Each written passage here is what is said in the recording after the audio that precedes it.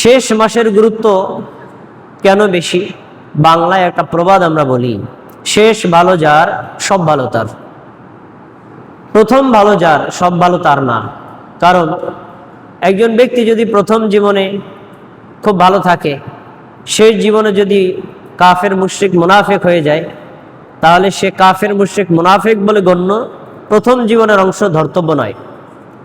আর একজন ব্যক্তি যদি প্রথম জীবনে চোর ডাকাত বাটপার শয়তান থাকে, কিন্তু পরবর্তী জীবনে সে তাওবা ইস্তেগফার করে ভালো হয়ে যায় এবং নেক আমল করে, তাহলে এই শেষ জীবনের কথাটাই তার জন্য গ্রহণযোগ্য।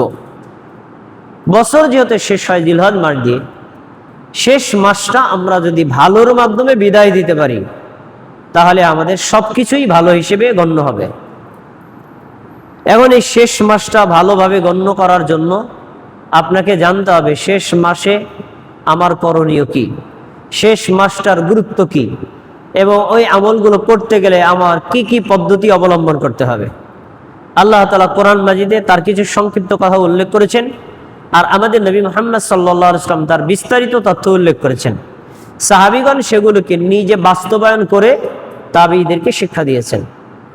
জিলহজ মাসের আমলের গুরুত্ব এবং ফজিলত সম্পর্কে প্রথমে আমরা একটু কোরআন মাজিদ থেকে জানি।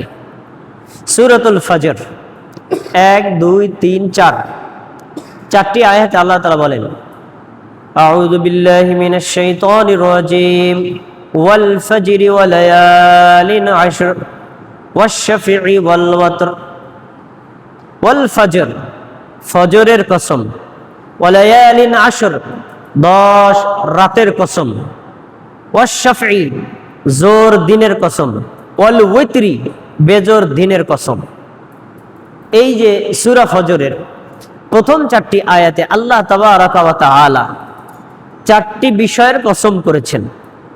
আল্লাহ যদি কোনো একটা বিষয়কে নিয়ে কসম বা শপথ করে, ওই বিষয়টা মানুষের জন্য খুবই গুরুত্বপূর্ণ, এজন্য আল্লাহ শপথ করে। প্রথমে শপথ করেছেন ফজরের। ফজর মানে আমরা ফজর সালাত আদায় করি যেই সময়, এই ওয়াক্তটা হলো ফজরের সময়। তা আল্লাহ ফজরের কসম করেছেন। 24 ঘন্টা সময়ের মধ্যে ফজর খুবই গুরুত্বপূর্ণ সময়, এই সময়ের শপথ করলেন। তারপরে আল্লাহ 10 রাতের কসম করেছেন। 10 রাত কোন 10 রাত? মুসনাদে আহমদে হাদিস বর্ণিত আছে, নবী সাল্লাল্লাহু আলাইহি ওয়াসাল্লাম বলেছেন এই 10 রাত দ্বারা উদ্দেশ্য হলো জিলহজ মাসের প্রথম তারিখ থেকে 10 তারিখ পর্যন্ত 10টা রাত। এই 10টা রাত এবং দিন, এটার কসম করেছেন আল্লাহ। এরপরে ওয়াশ শাফঈ, জোর দিনের কসম। জোর দিন মানে জিলহজ মাসের 10 তারিখে মুমিন মুসলিমরা কুরবানি করে, ওই দিনটা যেহেতু জোরের দিন, এই জন্য ওই কুরবানির দিনের কসম আল্লাহ করেছেন। এরপরে ওয়াল ওয়িতরি, বেজোর দিনের কসম। এই বেজোর দিন মানে কুরবানির আগের দিন, যেই দিন সারা পৃথিবী থেকে হাজিগণ আরাফার মাঠে উপস্থিত হন জিলহজ মাসের 9 তারিখে, ওই দিনটা বেজোর দিন, ওই দিনের আল্লাহ কসম করেছেন। আচ্ছা, আমরা কি পেলাম? ফজরের কসম, জিলহজ মাসের 10 রাতের কসম, আরাফার দিবসের কসম, কুরবানির দিনের কসম। এই 4টি বিষয় কসম করে আল্লাহ তাবারাকা ওয়া তাআলা জিলহজ মাসের প্রথম 10টা দিন এবং রাতের গুরুত্ব তুলে ধরেছেন।